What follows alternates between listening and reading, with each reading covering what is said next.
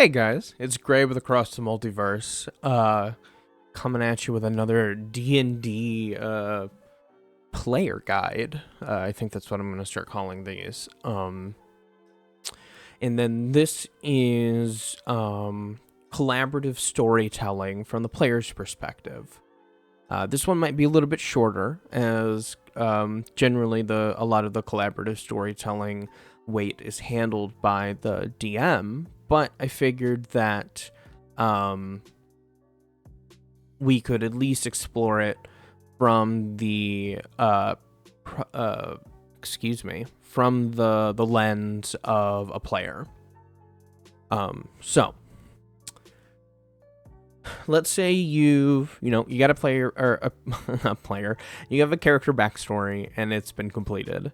You've done some diving into the nitty-gritty on backgrounds and backstories, and have played a few sessions and are starting to get into the plot of the story that is currently going on.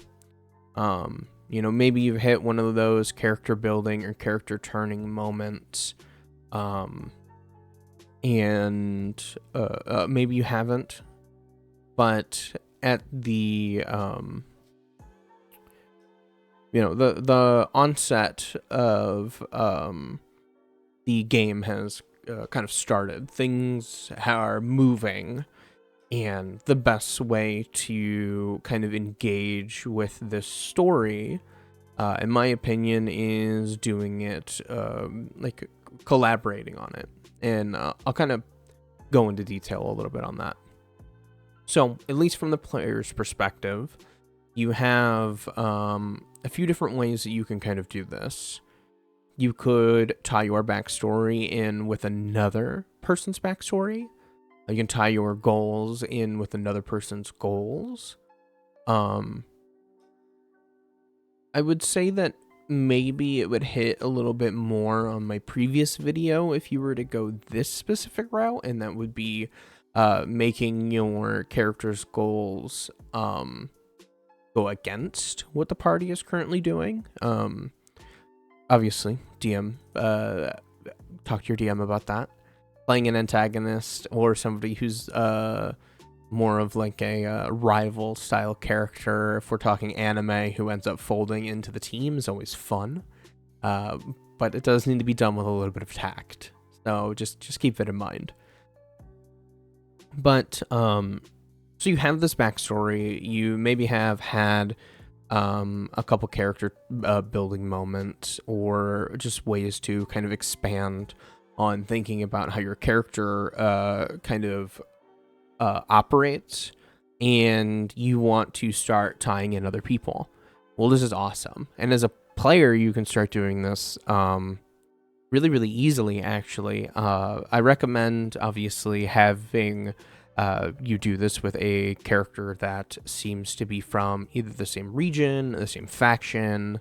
Maybe it's a family member. I've seen some people play brothers or bonded brothers, so like people who are like from mercenary bands or different clans, or kind of however it ends up working out. But taking those kind of tendrils, or the fringes of kind of the non-specific things that you might have had in your backstory, and then tying them into another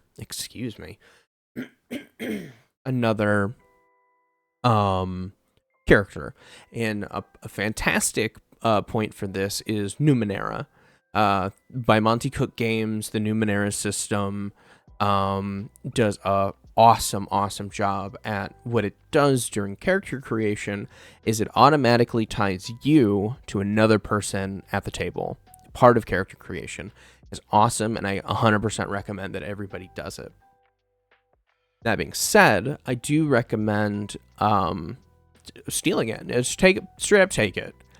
You can even do it as a player. You can always reach out to the other players, whether that be, friends at a D&D club, if you have a gaming store nearby that is starting up a game soon, or work with a DM to kind of tie you into maybe even some specific plot lines that they might be thinking about for another character. I'd say slightly be careful with that one, because everybody deserves their spotlight. You don't want to accidentally take away from somebody's well-deserved character development moments themselves. But going and finding ways to collaborate with that storytelling. Give a little bit, take a little bit.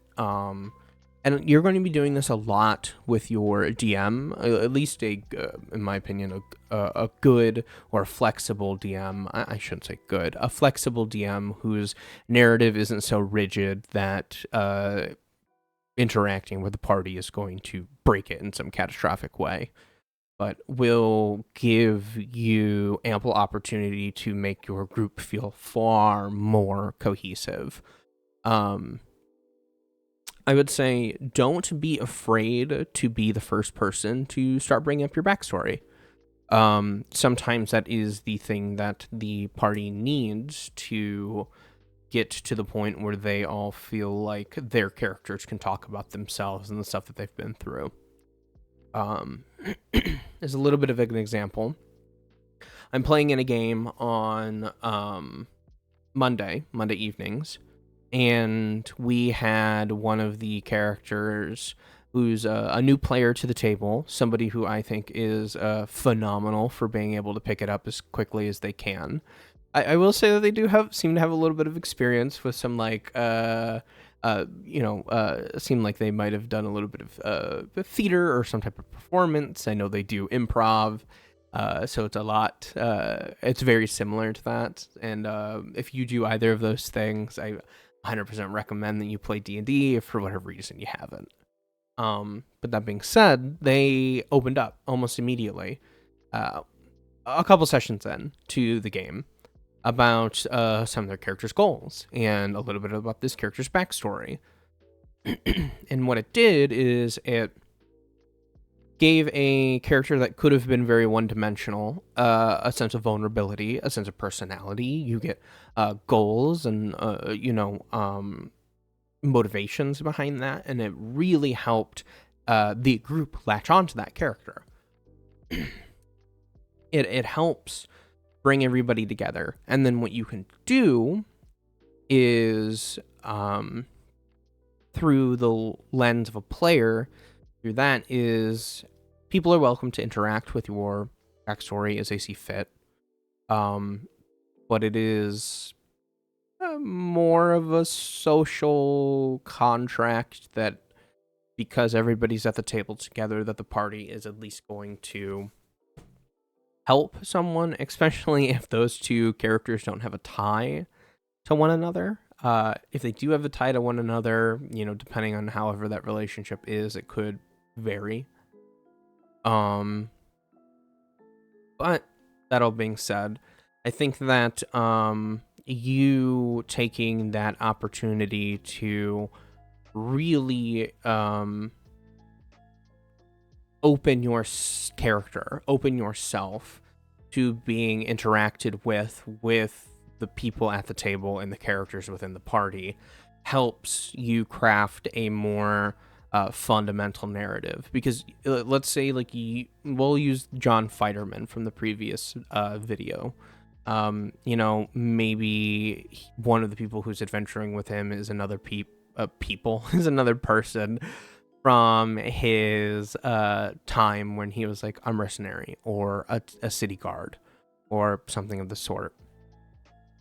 Well, they are tied together, and that's awesome.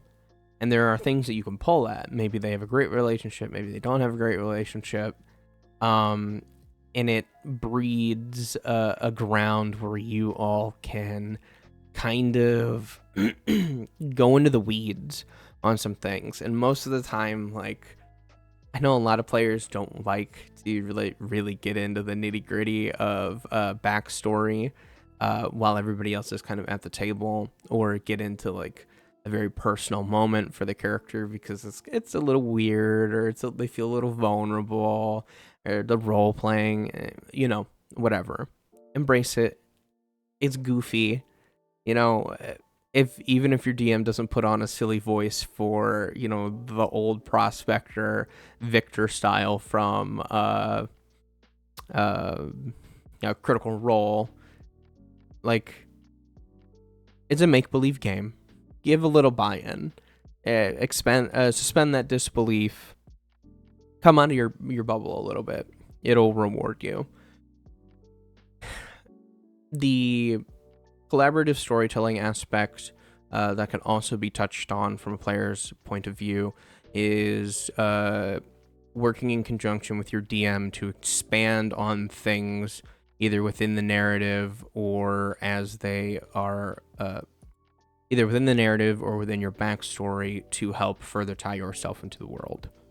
And as things are going on. So you might come to the realization that your character, has more goals or that they care about, or, more of a reason to care about a specific thing, and is with it being justified, or maybe building a relationship with an NPC in some way, whether that be like platonic as a friend, maybe a patron situation where this NPC is kind of the sponsor to the group, or maybe an actual relationship with an NPC.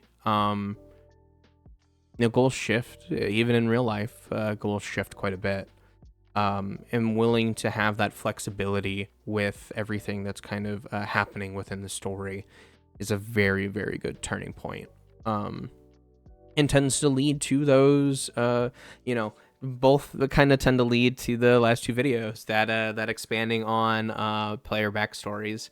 You always remember, you can do that in the middle of playing the game. Your backstory does not have to be fully set in stone. There are revelations that can happen. There are things that can tie you further to the world. There are parts of your backstory that you can always expand on.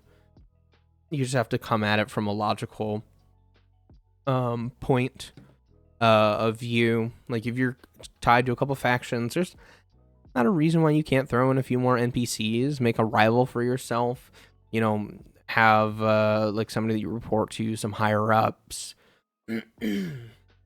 In John's case, there's an entire mercenary company that we had talked about. Don't know the name, but maybe that mercenary company has a rival mercenary company, or maybe he has a rival from the same mercenary company. Maybe they didn't all get along as well as they liked, and they followed the leader, Band of the Hawk Griffith style from Berserk because they believed in him and not necessarily all of one another. Kind of so on and so forth. Those collaborative storytelling moments, if you open yourself up to them and aren't so rigid in what you've constructed already, it can really open you up to tying you better into the events that are going on in the world around you. And that's what I really do recommend. But this one's a little on the shorter side because usually the collaborative storytelling comes in mostly from the DM's aspect from what I've seen. The one last thing I will say is during collaborative storytelling, which is pretty much the entire game, be sure to take the spotlight when the spotlight is yours, and be sure to give the spotlight to those when it is their time to shine. I get that some people are, far more at home with the spotlight, and other people might feel a little bit, nervous or worried about taking that spotlight themselves. But going through the game, just be sure to be respectful of everyone in the time. You don't want, for example, for the game that I'm currently running, you don't want the, socialite cleric of Sunni to take the back seat in the middle of high society stuff. That doesn't feel good. That's supposed to be kind of her bread and butter, and you want to facilitate that. So maybe pushing that player to step into that role a little bit more, giving that encouragement and helping them out. It's a game where we're all playing with either friends or people that we want to be friends with, or, you know, whatever, people you're at least going to know for a while. So just try to be respectful. That's the last thing that I'm going to say on kind of the collaborative storytelling angle from a player's perspective. I have been Gray with Across the Multiverse. Please go ahead, like, comment, subscribe, hit the bell if you like the content. I have a few more videos that I have in mind, and we will shortly be getting into some D&D, or excuse me, of course, we're doing D&D content. We'll shortly be getting into some DM content and some DM side stuff. I have ones that might be a little on the longer side, and I'll try to trim them up as quickly as I can. But that's been it. I hope to catch you guys in the next one, and appreciate your time. All right, see you.